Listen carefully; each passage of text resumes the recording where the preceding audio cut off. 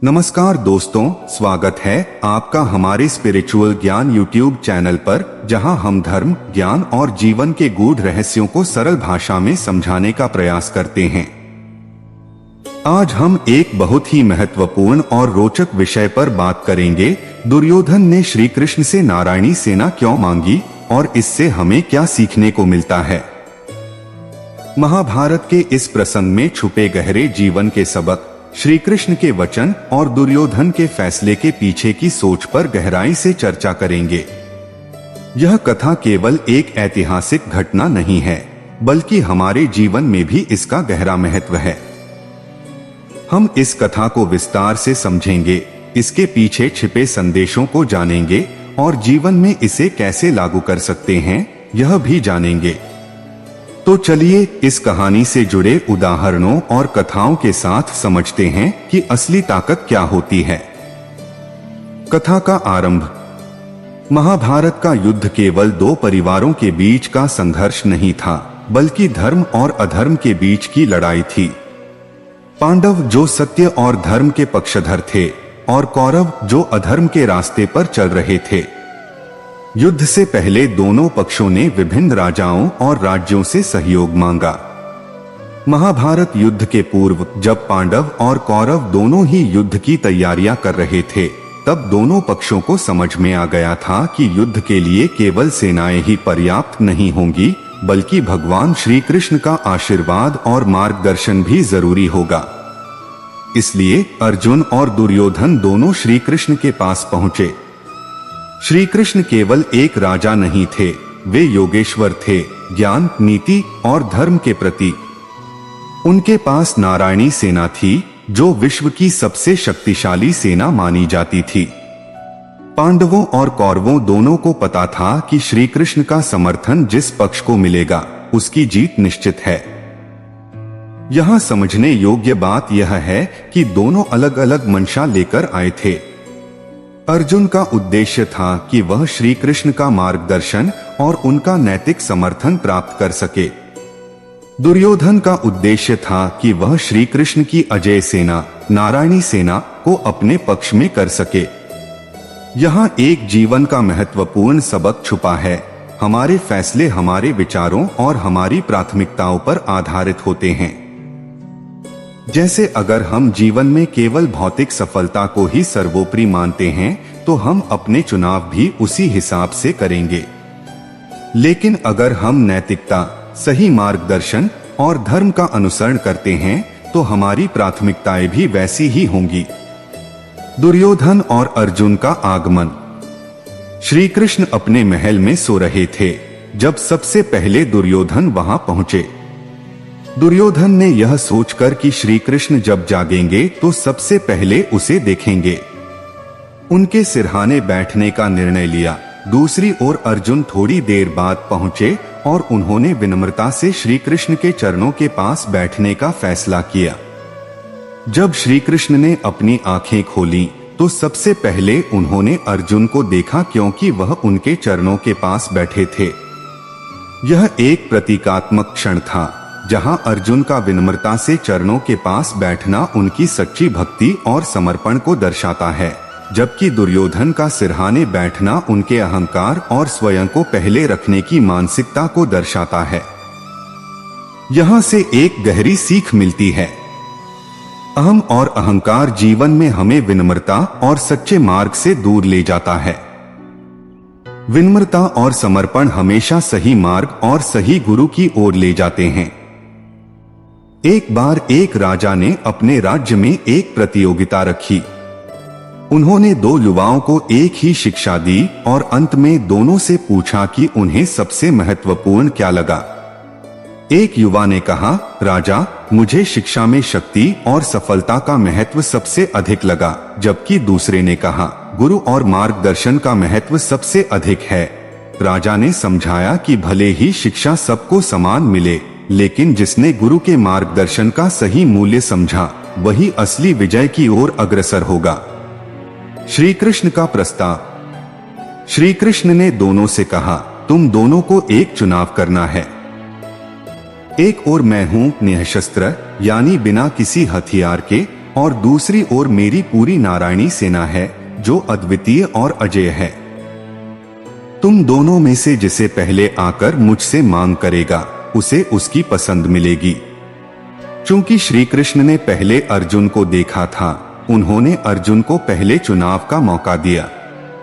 अर्जुन ने बिना हिचकिचाहट के श्री कृष्ण को चुना, जबकि दुर्योधन ने सोचा कि अर्जुन ने बड़ी भूल की है।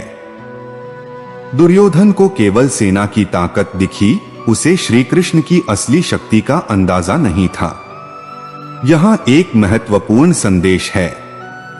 हम अक्सर बाहरी चीजों की ओर आकर्षित हो जाते हैं, जैसे शक्ति, पैसे और संसाधन, लेकिन सच्ची ताकत हमेशा आंतरिक शक्ति, ज्ञान और सही मार्गदर्शन में होती है। उदाहरण, जीवन में भी कई बार लोग केवल भौतिक संपत्ति, बड़ी नौकरी या शक्ति को ही सफल मानते हैं, लेकिन जो व्यक्ति सही मार्ग पर चलता है उसे सच्ची शांति और स्थायी सफलता मिलती है। दुर्योधन की सोच और श्री कृष्ण का वचन। दुर्योधन को विश्वास था कि युद्ध में विजय पाने के लिए उसे सबसे शक्तिशाली सेना की आवश्यकता होगी। उसने सोचा, यदि मेरे पास नारायणी सेना होगी तो मैं पांडवों को आसानी से हरा दूंगा, लेकिन उसकी यह सोच केवल भौतिक शक्ति तक सीमित थी।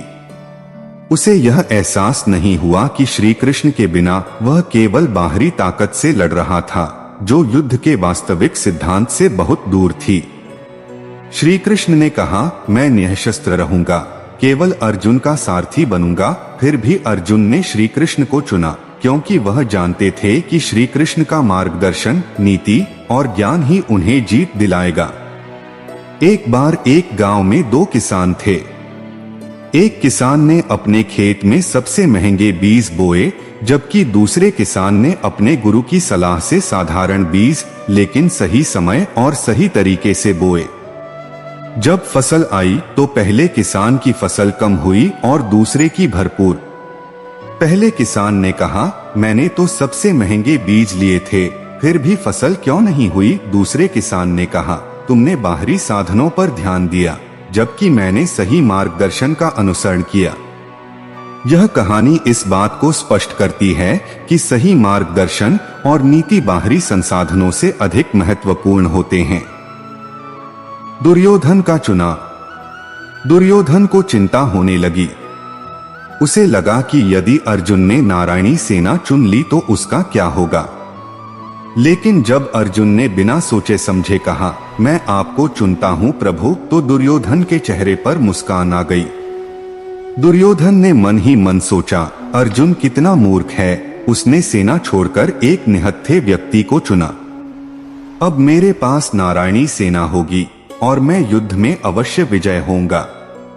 अर्जुन का चयन और विश्वास।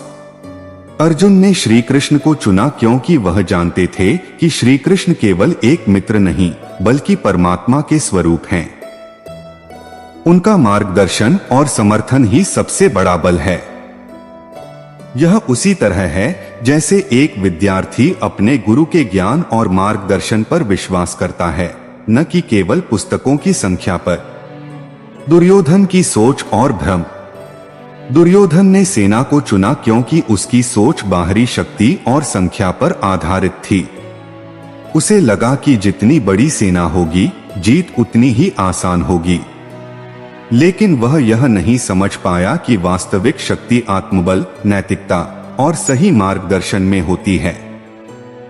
एक बार एक राजा ने अपने गुरु से पूछा, मेरी सेना बड़ी है, मेरे शत्रु मुझसे कमजोर हैं, फिर भी मैं चिंतित हूं, क्यों?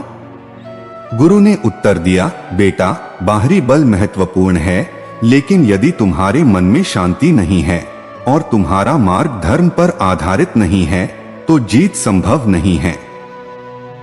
श्री कृष्ण के वचन और गीता का ज्ञान। महाभारत के युद्ध के मैदान में जब अर्जुन ने अपने ही संबंधियों को सामने देखा तो वे विचलित हो गए। उन्होंने धनुष नीचे रख दिया और कहा, मुझे यह युद्ध नहीं करना है। यहाँ श्री कृष्ण ने उन्हें भगवद गीता का ज्ञान दिया। श्री कृष्ण ने कहा, अर्जुन, यह शरीर नाशवान है, आत्मा अजर अमर है। अपने कर्तव्य का पालन करो, क्योंकि यही धर्म है। यह शिक्षा केवल अर्जुन के लिए नहीं बल्कि हम सब के लिए है। जीवन में कई बार हम कठिन परिस्थितियों में पड़ते हैं और निर्णय नहीं ले पाते। ऐसे में सही ज्ञान और मार्गदर्शन ही हमें रास्ता दिखाता है। युद्ध का परिणाम और श्री कृष्ण की भूमिका। महाभारत का युद्ध शुरू हुआ और जैसा कि हमें पता है, दुर्योधन की नारायणी सेना के बावजूद कौरवों की हार हुई। श्री कृष्ण का सारथी बनना सिर्फ शारीरिक नहीं था, बल्कि उन्होंने अर्जुन को नैतिक, मानसिक और आध्यात्मिक मार्गदर्शन भी दिया। महाभारत के युद्ध में पांडवों की जीत का मुख्य कारण केवल उनकी सेना नहीं थी, बल्कि श्री कृष्ण के द्वारा अर्जुन को दी गई शिक्षा और गीता के उपदेश थे। यह हमें सिखाता है कि आंतरिक शांति और सच्ची शिक्षा बाहरी ताकत से कहीं अधिक शक्तिशाली होती है। सही गुरु और मार्गदर्शन हमें हर कठिनाई में विजय दिला सकता है, चाहे परिस्थितियां कितनी भी विपरीत क्यों न हो। श्री कृष्ण के चयन का महत्व। महाभारत की इस कहानी से हम एक महत्वपूर्ण जीवन ज्ञान प्राप्त करते हैं। वास्तविक ताकत बाहरी संसाधनों में नहीं, बल्कि आंतरिक ज्ञान और सही मार्गदर्शन में होती है। ध्यान केवल भौतिक सफलता पर न होकर आध्यात्मिक और नैतिक सफलता पर होना चाहिए। श्री कृष्ण को चुनने का अर्जुन का निर्णय यह दर्शाता है कि सच्चा मार्गदर्शन और गुरु का साथ जीवन के सबसे बड़े संघर्षों में भी विजय दिला सकता है। आज की दुनिया में कई लोग मानते हैं कि पैसा, प्रसिद्धि और ताकत ही जीवन का लक्ष्य है। लेकिन कई उदाहरण ऐसे भी हैं जहां लोग केवल भौतिक चीजों के पीछे भागते हैं और अंत में असफल होते हैं। वहीं जो लोग सही दिशा, ज्ञान और नीति का अनुसरण करते हैं, वे अंत में सबसे अधिक संतोष और सफलता पाते हैं। बाहरी संसाधन और शक्ति महत्वपूर्ण हो सकते हैं, लेकिन आंतरिक शक्ति, विश्वास और सही मार्गदर्शन सबसे अधिक महत्वपूर्ण हैं। एक बार एक युवा ने एक संत से पूछा, मैं दुनिया जीतना चाहता हूं, मुझे क्या करना चाहिए? संत ने उत्तर दिया, पहले अपने मन को जीत लो, दुनिया अपने आप जीत जाओगे। सही चुनाव की महत्ता। जीवन में हमें अनेक विकल्प मिलते हैं। सही चुनाव करने के लिए विवेक और ज्ञान की आवश्यकता होती है। आज के समय में हम तकनीक और आधुनिकता के पीछे भागते हैं, लेकिन यदि हम नैतिकता और मूल्यों को भूल जाएं, तो हमारी प्रगति अधूरी रह जाएगी। गुरु और मार्गदर्शक का महत्व। सही गुरु का मार्गदर्शन हमें कठिन से कठिन परिस्थिति से बाहर निकाल सकता है। एक बार एक अंधा व्यक्ति गहरे जंगल में फंस गया। वह चल नहीं पा रहा था। तभी एक दृष्टिहीन व्यक्ति आया जिसने रास्ता जानता था। दोनों ने एक दूसरे की कमी को पूरा किया और सुरक्षित बाहर निकल आए। वर्तमान जीवन में कथा का अनुप्रयोग। यह कथा हमें सिखाती है कि हमें भौतिक सुख सुविधाओं के पीछे नहीं भागना चाहिए, बल्कि आत्मज्ञान, नैतिकता और सही मार्गदर्शन पर ध्यान देना चाहिए। एक विद्यार्थी जो केवल अच्छे अंक पाने के लिए पढ़ता है, वह कुछ समय बाद भूल सकता है। लेकिन जो ज्ञान के लिए पढ़ता है, वह जीवन भर उसे उपयोग में ला सकता है। एक व्यवसायी जो केवल लाभ के पीछे भागता है, वह संबंधों और नैतिकता को भूल सकता है। लेकिन जो ग्राहकों की सेवा और सत्यनिष्ठा पर ध्यान देता है, वह लंबे समय तक सफल होता है। साथियों, महाभारत की यह थी महाभारत की वह अद्भुत और शिक्षाप्रद कथा, जिसमें दुर्योधन ने बाहरी ताकत चुनी और अर्जुन ने आत्मिक शक्ति और सही मार्गदर्शन। यह कहानी हमें सिखाती है कि सही मार्गदर्शक और धर्म का पालन ही सच्ची सफलता का मार्ग है।